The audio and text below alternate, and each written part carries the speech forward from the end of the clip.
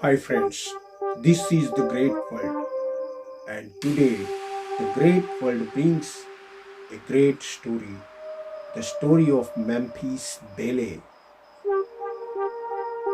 It was the time of World War II, and world have seen a flying fortress. It is story of adventures of a special flying team. Yes, with thanks of American Congress Library, we are presenting a great film, The Memphis Belle, a story of flying fortress. This is the story of bravery and cleverly. This is the story of a warrior team who flew on the sky of enemies. This is the story of a flying team that has earned the admiration of King and Queen of England and President of America. Then American President Franklin Roosevelt said once that this has to be shown right away everywhere. From the Library of Congress in Washington, D.C.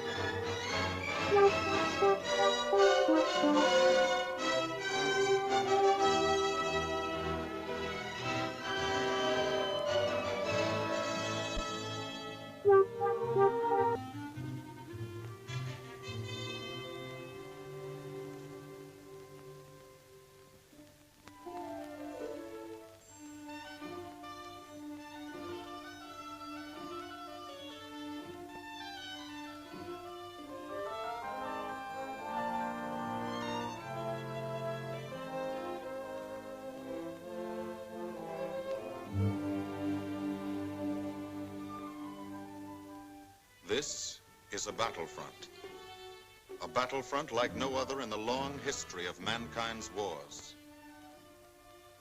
This is an air front.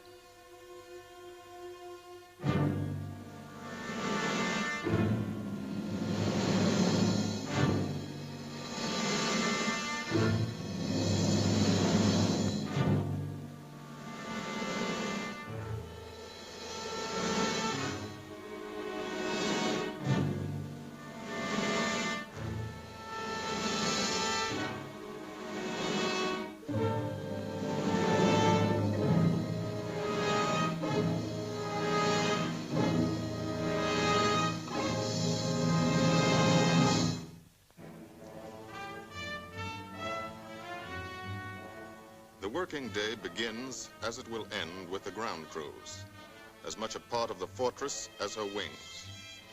If you're a mechanic, you've got your own bomber. You get attached to it. But you know when your ship goes out on a mission, you may never see it again. So you do your work as well as it can be done, perfectly, because you wouldn't want anything to go wrong that would be your fault.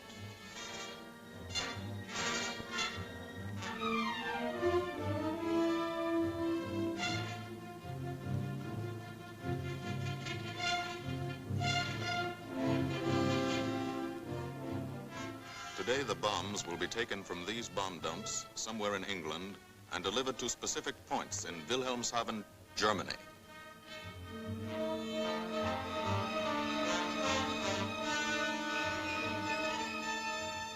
To deliver them is the job of the 8th Bomber Command, just a hauling job, yet one of the most difficult and complicated of military operations.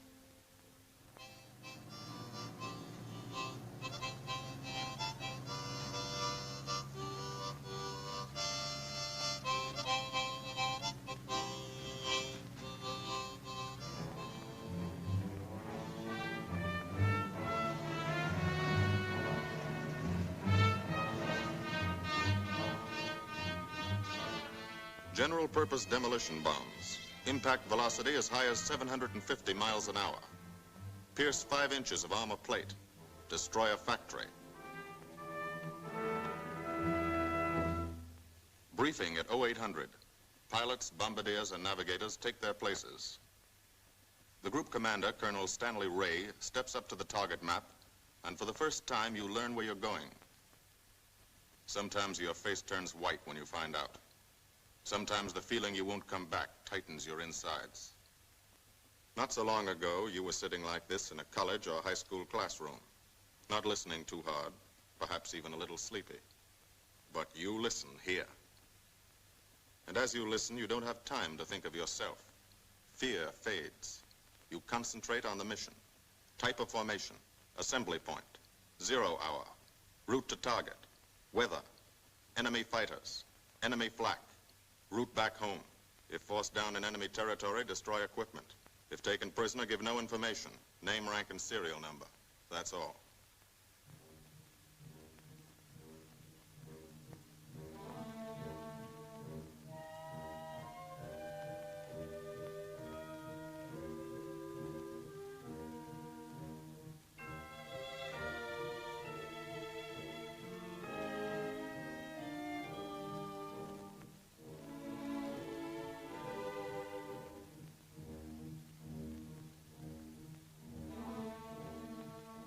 These are the passengers with one-way tickets.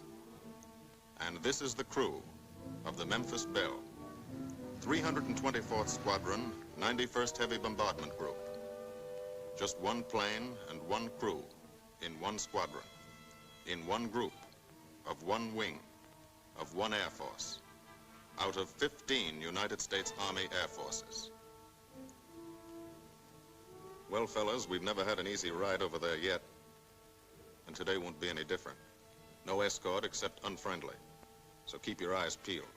Don't get excited and yell when you're talking on the intercom. Save your ammunition and make your shots count. And let me know what goes on back there, Quinlan. Yes, sir. Stay on the ball, gang, and she'll bring us back like she's always done. Okay? Let's go.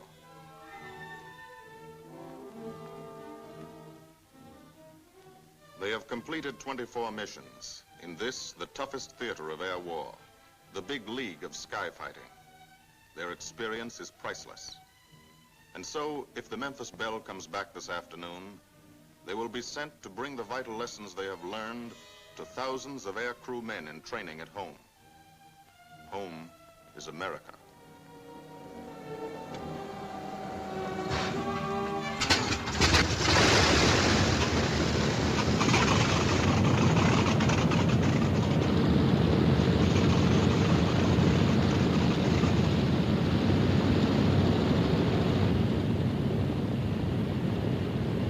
This is a battlefront, like no other in this or any war. No monster armies, no booming cannon. Only the roaring engine sound of the bombers pounding through the quiet English countryside. This is an air front.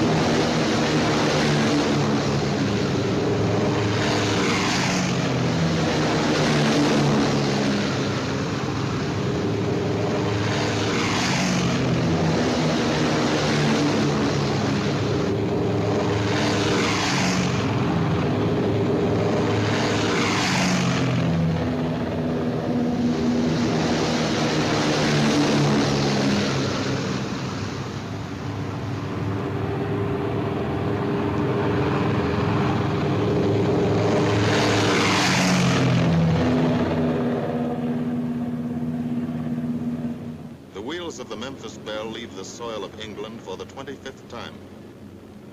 The friendly soil of England, with its ordered farms and rural hamlets, its country estates surrounded by formal gardens and well-kept parks. The England these Americans knew only from the classics they had to read in school. The England of the towns and cities, whose people have defended their island's freedom for over 1,000 years. But today, their countryside has changed. Today, their island has been converted into a gigantic bomber field, a super aircraft carrier anchored off the shores of Fortress Europe, with hangars and machine shops, with hundreds of dispersal points, perimeter tracks, and concrete runways. This is England in its 5th year of war. And this is the new battlefront, the air front, from which we seek out the enemy. Not his infantry or his artillery, not his panzer divisions, but the greater menace, the industrial heart of his nation, the foundation on which the Nazi Empire and its armies stand, the power behind the German lust for conquest. The steel mills and refineries, shipyards and submarine pens, factories and munitions plants, pinpoints on the map of Europe which mean rubber, guns, ball bearings, shells, engines, planes, tanks, targets. Targets to be destroyed. And these are the destroyers, each with a belly full of bombs, and 10 men like the crew of the Memphis BELLE. Pilot Captain Robert Morgan, industrial engineer from Asheville, North Carolina. He's flown this ship across the Atlantic. The other pilot, Captain Jim Verinis, business administration student at the University of Connecticut. Radio operator and gunner, Sergeant Bob Hansen, construction worker from Spokane, Washington. Navigator, Captain Chuck Layton, chemistry student at Ohio Wesleyan. Engineer and top turret gunner, Sergeant Harold Locke from Green Bay, Wisconsin. Used to be a stevedore. Besides keeping the BELLE in order, he covers the sky above. Tail gunner, Sergeant John Quinlan of Yonkers, New York. Clerked for a carpet company, but he quit December 8th, 1941. Ball turret gunner, Sergeant Cecil Scott.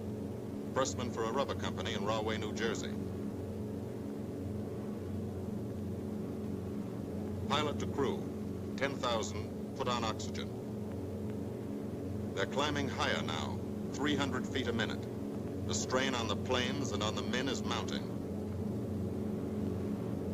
The rest of the crew, Bombardier Captain Vincent Evans, operated a fleet of trucks in Fort Worth, Texas. Waist gunners, on the right, Sergeant Bill Winchell, chemist for a paint company in Chicago. And on the left, Sergeant Tony Nastal, used to repair washing machines in Detroit when he was a kid. Now he's 19 and has 2 Nazi fighters, confirmed.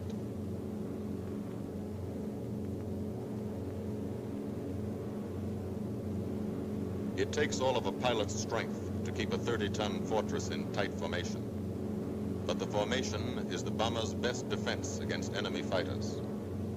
The planes are deployed to uncover every gun, stepped up and down, echelon to the right and left, arranged to overcome the danger of gunners firing into friendly ships, arranged so concentrated cones of fire from the caliber 50 machine guns cover the sky for 1,000 yards in every direction.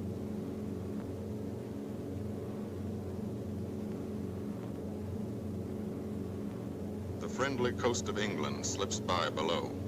It doesn't look like much now, but in a few hours when you come back, if you come back, this will be the most beautiful view in the world. Higher and higher, climbing to reach your best operational altitude, 25,000 feet, 5 miles straight up. So high you can't be seen from the ground with a naked eye. So high that after 1 minute without oxygen, you lose consciousness. After 20 minutes, you're dead.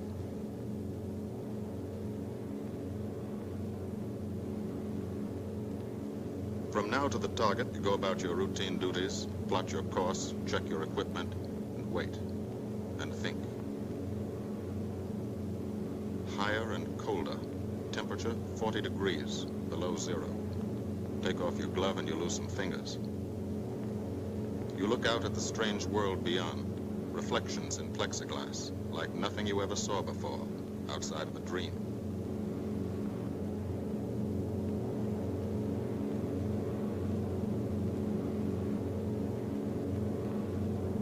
Higher and higher into the lifeless stratosphere, until the exhaust of the engines mixing with the cold, thin air condenses and streams the heavens with vapor trails.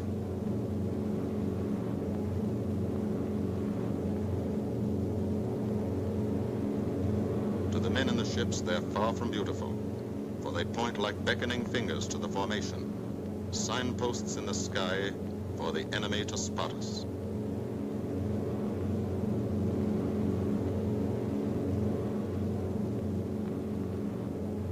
For these bombers to accomplish their mission, a plan is needed.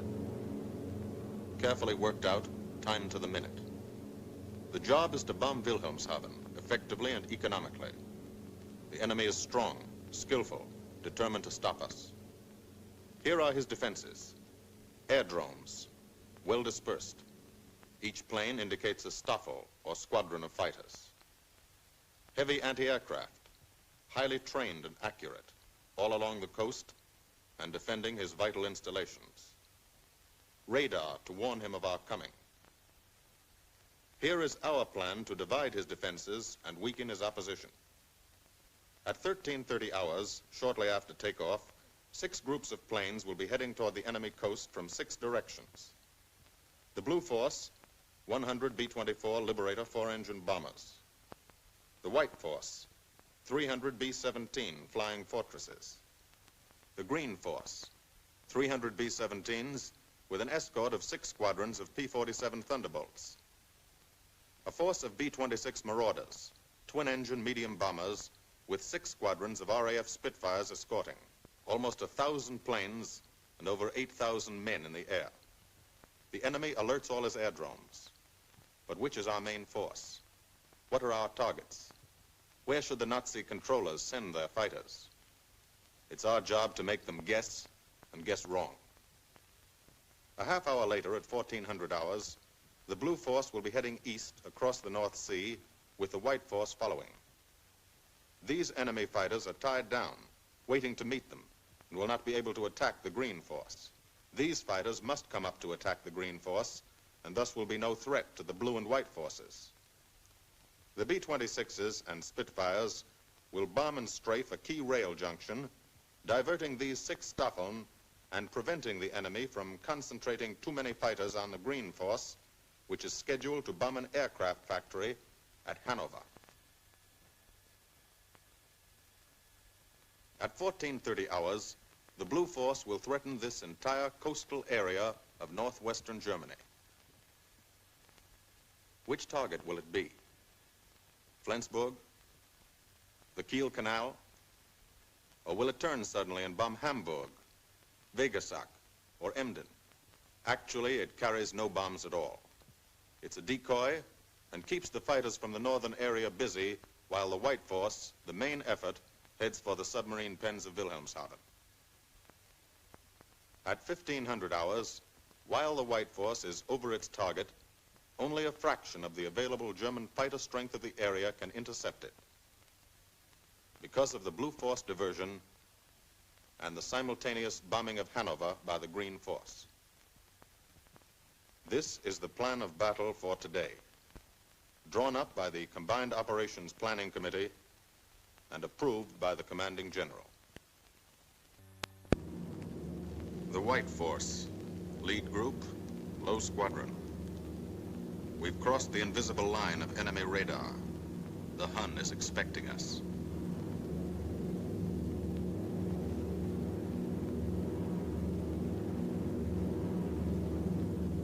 Steel helmets go on. Watchful eyes strain.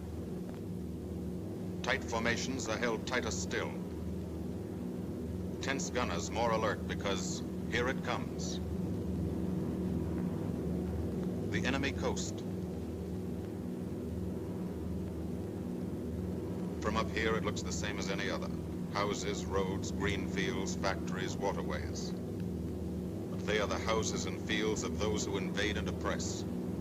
They are the factories and roads of the people who twice in one generation have flooded the world with suffering, suffering in such quantity as the history of the human race has never known, brought torment and anguish into countless American homes, gold stars, and telegrams from the War Department.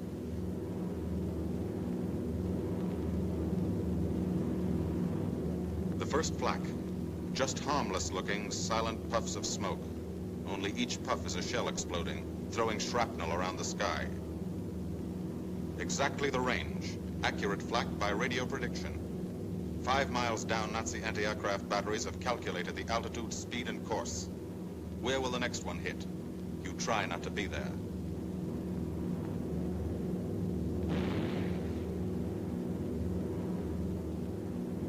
The docks and submarine pens of Wilhelmshaven. Approach to the target starts. No smoke screen can protect it.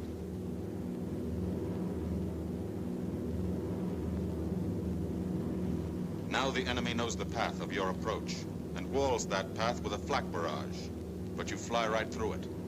Flak so thick you can get out and walk on it.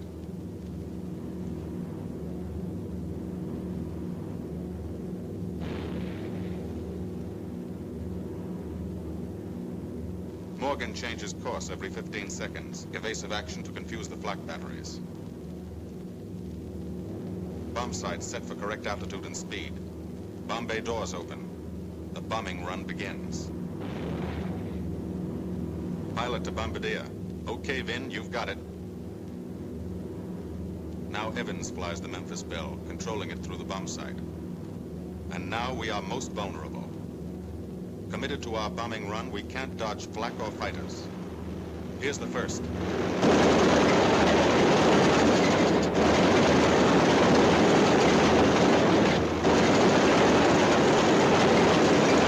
Top turret fires at him.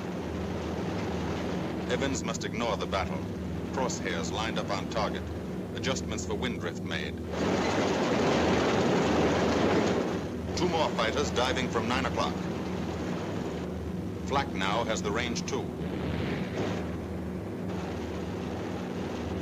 They've hit this fort, but he keeps on his bombing run.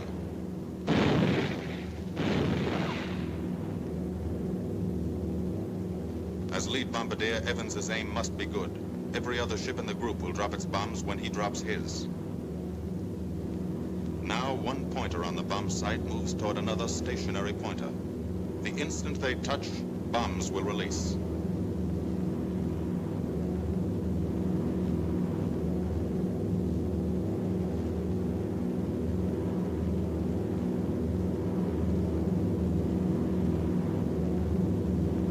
They touch.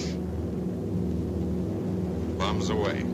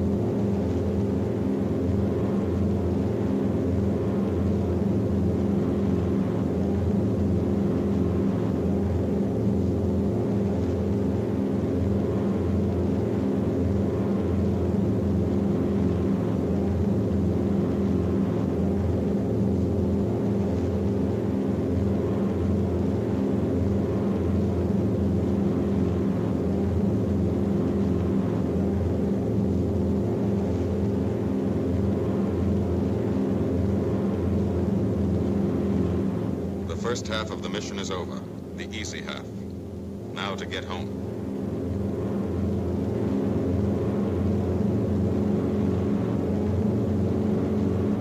The flak stops. That means fighters out there somewhere. A staffer lurking behind that cloud, or hiding up in the sun where the glare blinds you, and you can't see them, waiting to dive down on you. Fighters at 6 o'clock. This is what a gunner sees. A speck in the sky. That's a fighter. And then a blink. That means he's firing at you. 2,300 rounds a minute.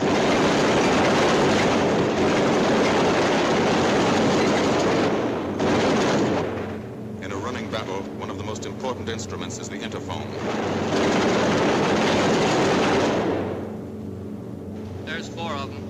o'clock high. They're coming around. Watch it.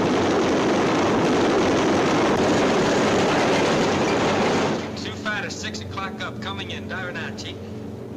B-17 in trouble out at 2 o'clock, watching. Got an engine on fire.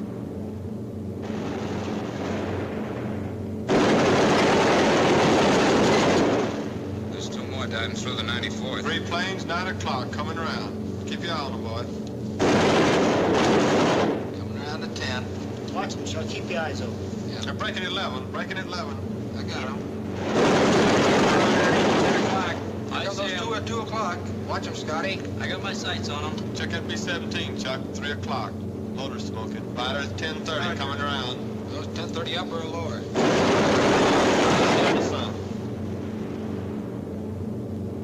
B-17 out of control at 3 o'clock.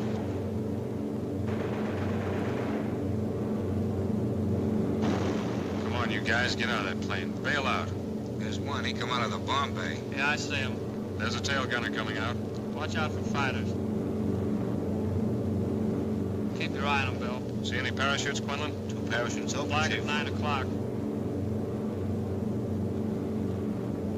8 men still in that B-17. Come on, Get out of there.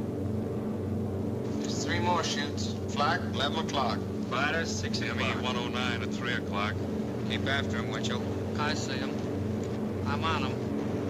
Come on, use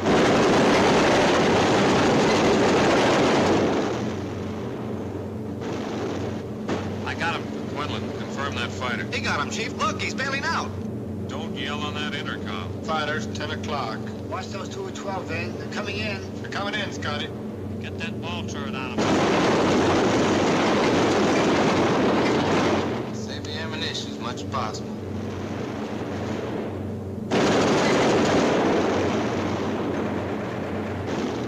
Watch that fighter coming in at 3 o'clock. He's coming in a half roll. Pull her up, Chief. Pull her up. Hurry.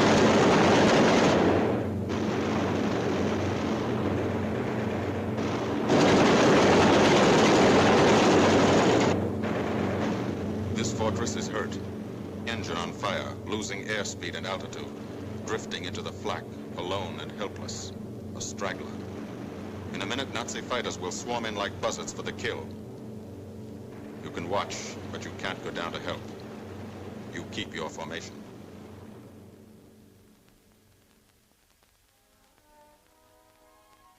Here, too, the mission is being flown. None the less real for being in the minds and hearts of these men behind. Ask anybody who's been to a field in England, or anywhere else our bombers are based, and he'll tell you that there's drama here, too. Waiting to see who's coming back. To watch them, you might not realize how tense these ground crews are. But they are tense, and plenty worried. In Air Force talk, this waiting is known as sweating out the mission. These men know the flight plan.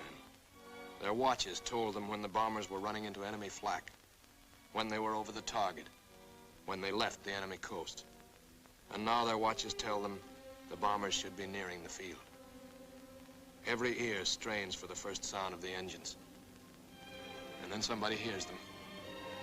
And somebody sees the first faint specks in the distant sky.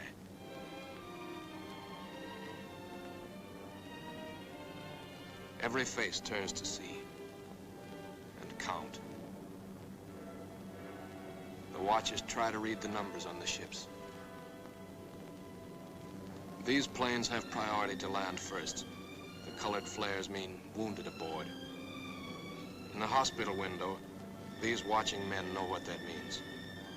They know what it feels like to lie on a bouncing fortress floor for hundreds of miles through the frozen stratosphere in great pain, with the other men in your crew fighting to keep you alive until they hit the field.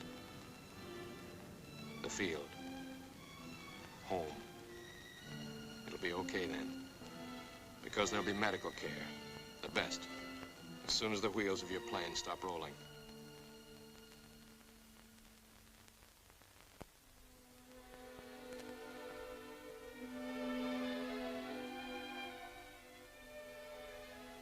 Head wound. Concussion. 20mm cannon shell exploded in his radio compartment. shock, internal injuries. He'll be all right, though. Flak burst scattered flying shrapnel. He's full of steel splinters. This pilot's leg is not a pretty sight. Neither are the docks at Wilhelmshaven. These men will all get the Purple Heart. And this man, too, posthumously.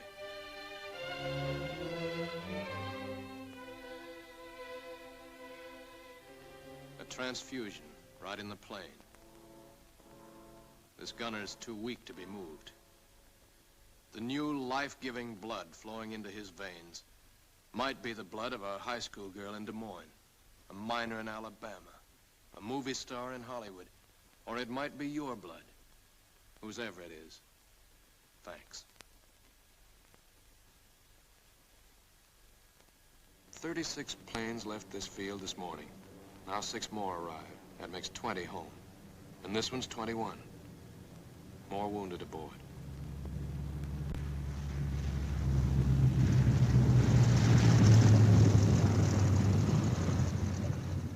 "22, coming in with his left inboard engine dead.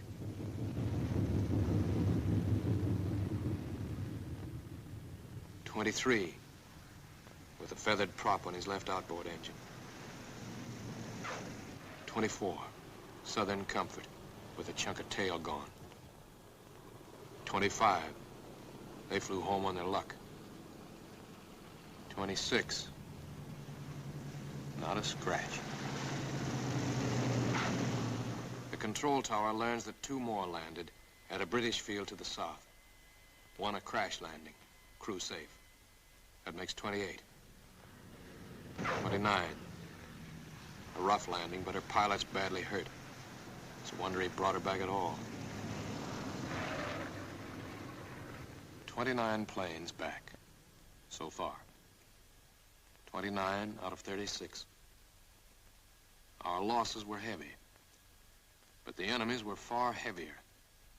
We destroyed a German aircraft factory, a rail junction, submarine pens, docks and harbor installations. That's specific, known damage. But who can tell the number of German torpedoes that will not be fired, the number of our convoys that will get through now, the soldiers and seamen's lives that will be saved, or the battles that will be won instead of lost because of what these bombers and airmen did today.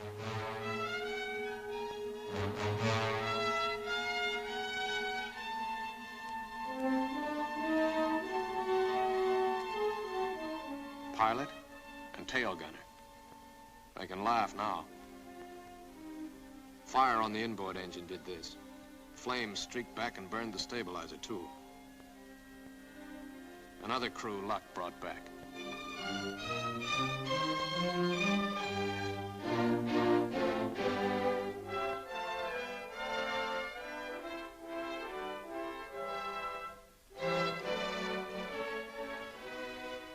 Here's old Belle. A pretty good airplane when it took off. Lost its nose, lost its navigator, bombardier wounded, top turret gunner and pilot hit. Hydraulic system shot out, no brakes, no flaps. But old Belle came back.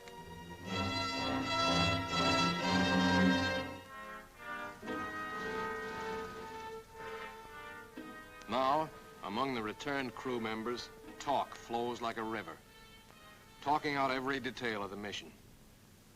These are the faces of combat, faces of Americans who have watched their comrades die, faces that can never forget the enemy, and they're in no mood to have their picture taken.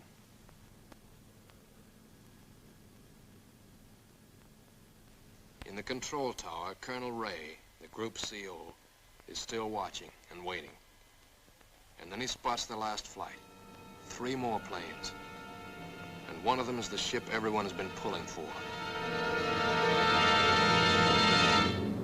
The Memphis Belle. The last few miles of this trip have been a joyride. The strain is over. They can leave their guns now. Now they know they're going to go home. To Spokane, Green Bay, Asheville, Detroit, Chicago, Fort Worth, and Yonkers.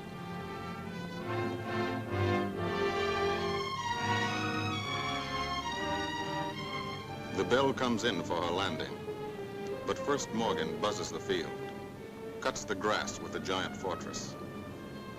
It's against the rules, but this is a special occasion.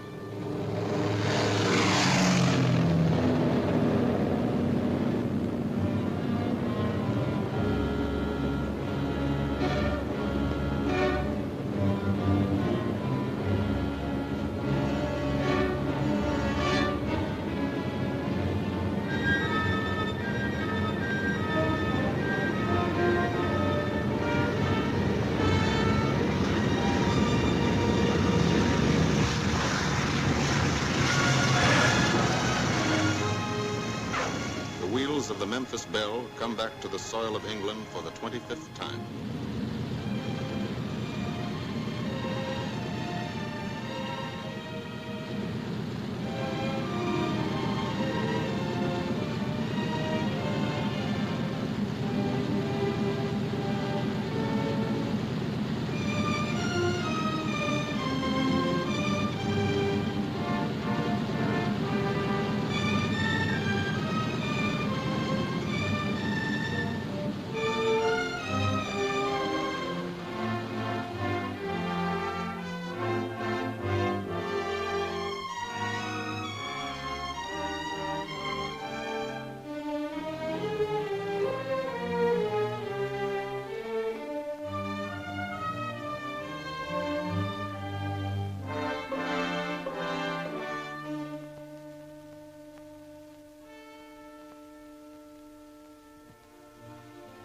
This is a day they will never forget.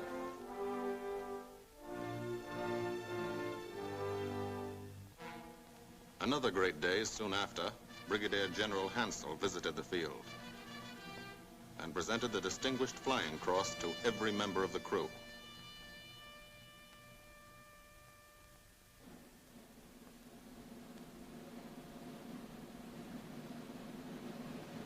And then there was another day.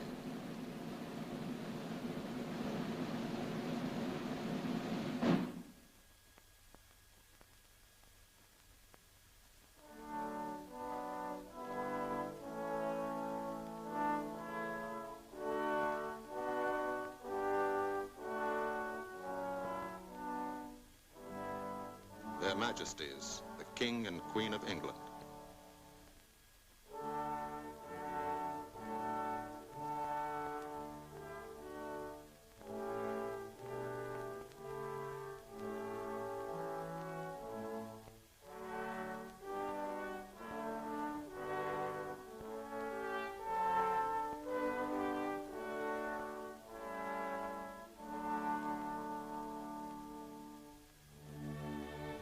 Johnny Quinlan never thought anything like this would happen to him when he left Yonkers.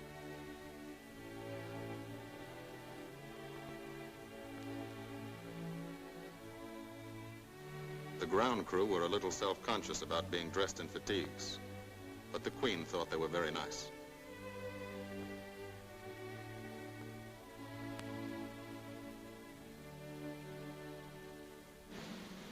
Finally, two more visitors came. General Acre, commanding the 8th Air Force, and General Devers, U.S. commander of the European Theater. The Belle crew received them in flying clothes, as General Acre read the order for what he called their 26th and most important mission. Return to America to train new crews and to tell the people what we're doing here. To thank them for their help and support and tell them to keep it up so we can keep it up. So we can bomb the enemy again and again and again until he has had enough. And then we can all come home.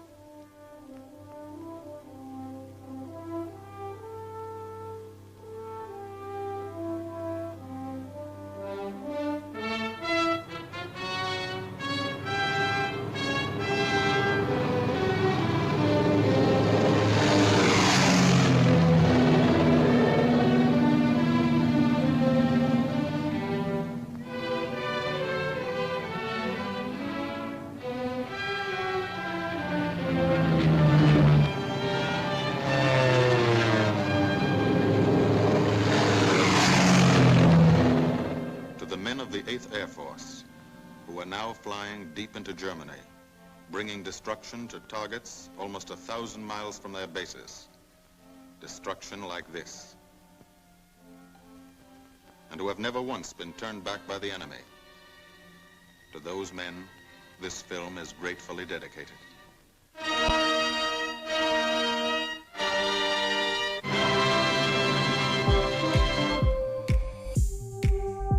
This has been a presentation of the Library of Congress. Visit us at loc.gov. So guys, how this film is in your point of view? Please express your opinion into the comment section of this channel. Bye bye. We will come with next one more beautiful film. This is the great world.